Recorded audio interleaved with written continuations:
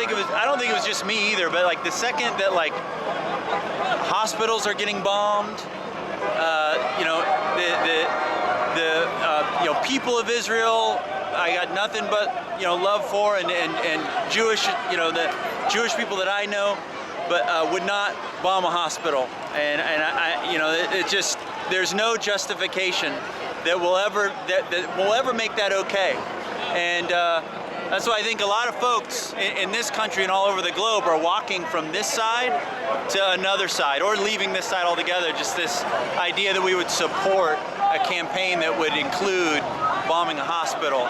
It's just not okay. What if it was true that Hamas was actually setting up their missile stations from the hospitals?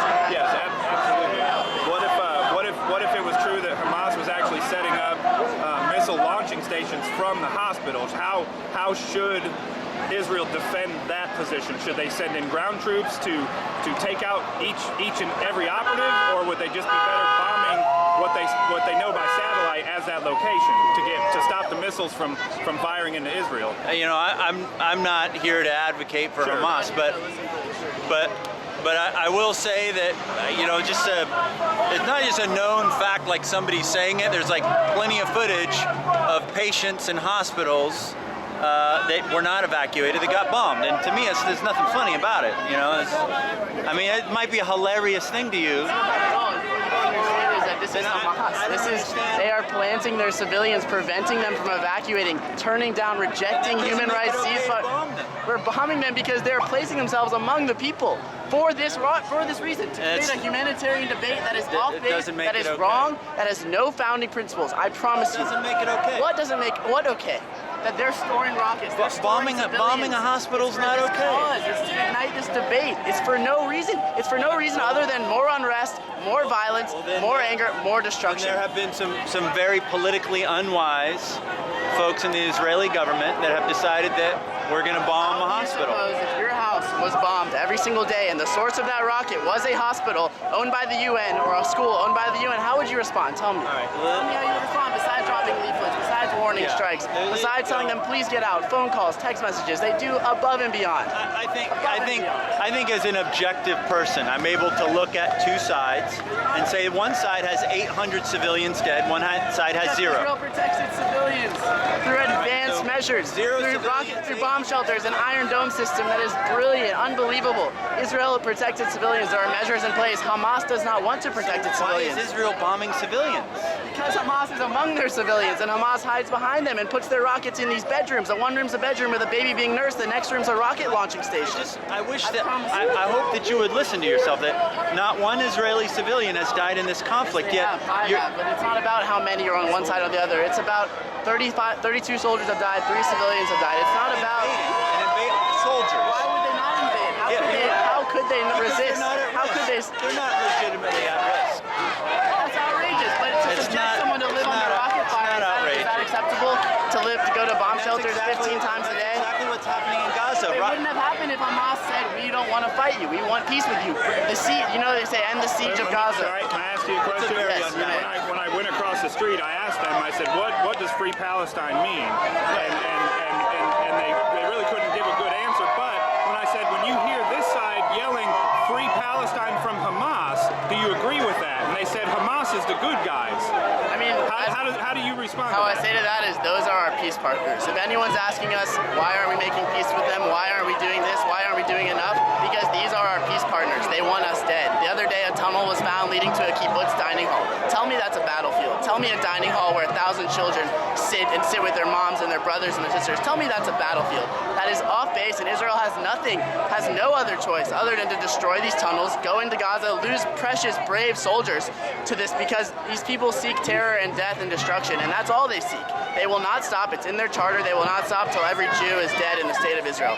West Bank and Gaza, we give them all of that. It won't be nearly enough. I promise you. A few years, we'll just close the gap more, isolate us more, stretch us, make us more uncomfortable. I'm telling you, this is their goal. Their goal is this debate to talk about all their dead civilians that they aren't shedding shedding one tear about. I do hurt for the mothers. So does every Israeli supporter. We hurt for the mothers and the brothers. Can I ask you a question? Yes.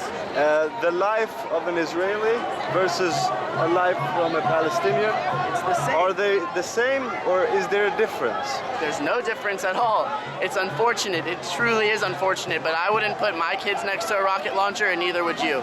There's places to evacuate. There are places to go. I promise you, they say Gaza is way too crowded for anyone to evacuate to any safe haven. Israel gives warning strikes. They say, please move to 2 buildings over. You will be safe. They are precise in their attacks, but Hamas says, run to the buildings, protect it, stay there until Allah tells you to leave. It's for a cause. The cause is legitimate. The cause to free Palestinians, to have a two-state solution. I understand. I respect it. I really do. But what I don't respect is the means in which they go about achieving that. And that it's outrageous. It's off base. It's not allowed. So if we go back to the history in the beginning, to make the record straight and just make whatever is wrong and right. Let's try to figure that one out. So was it right that Israel was created in the first place? Yes. Just like that. British mandate, and the United Nations voted for a partition plan. 2 states were offered. Guess what happened on the Palestinian side? Do you know what happened? They rejected it and waged war from 6 different countries, from Jordan, from Egypt, from Syria, from Lebanon. Well, how else are we supposed to say it? You can say it's illegitimate that we got it in the first place. I'm sorry, the most recognized body that's accusing Israel of war crimes now was the one that gave it to us. They gave it to us almost unanimously. 3 countries said no, okay? And I don't know, maybe more said no, but we were given it universally, it was ours. And then to add on top of it, we fought a war against 6 countries to keep it. We fought a war against 6 countries to keep it.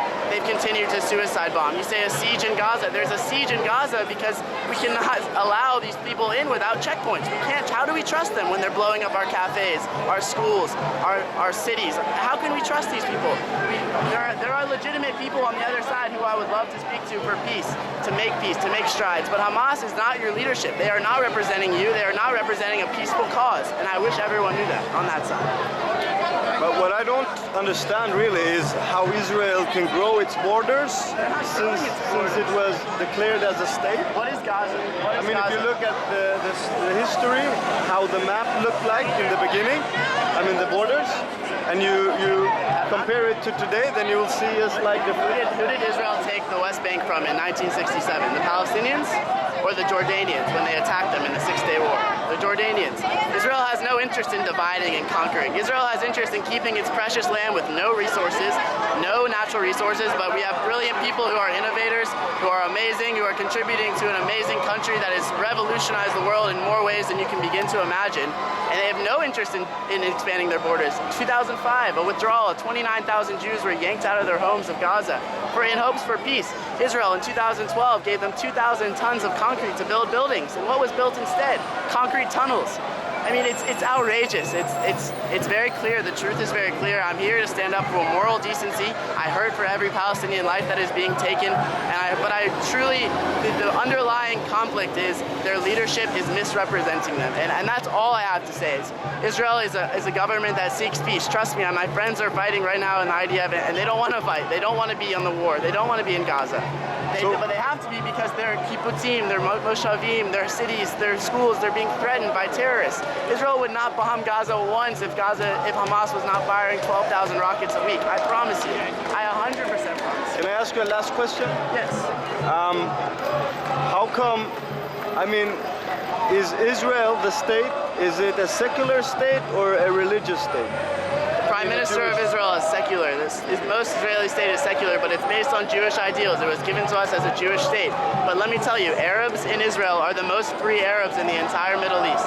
I promise you. An Arab can say, I don't know if I agree with Islam today, and they will not be hanged. They will not be in trouble in Israel.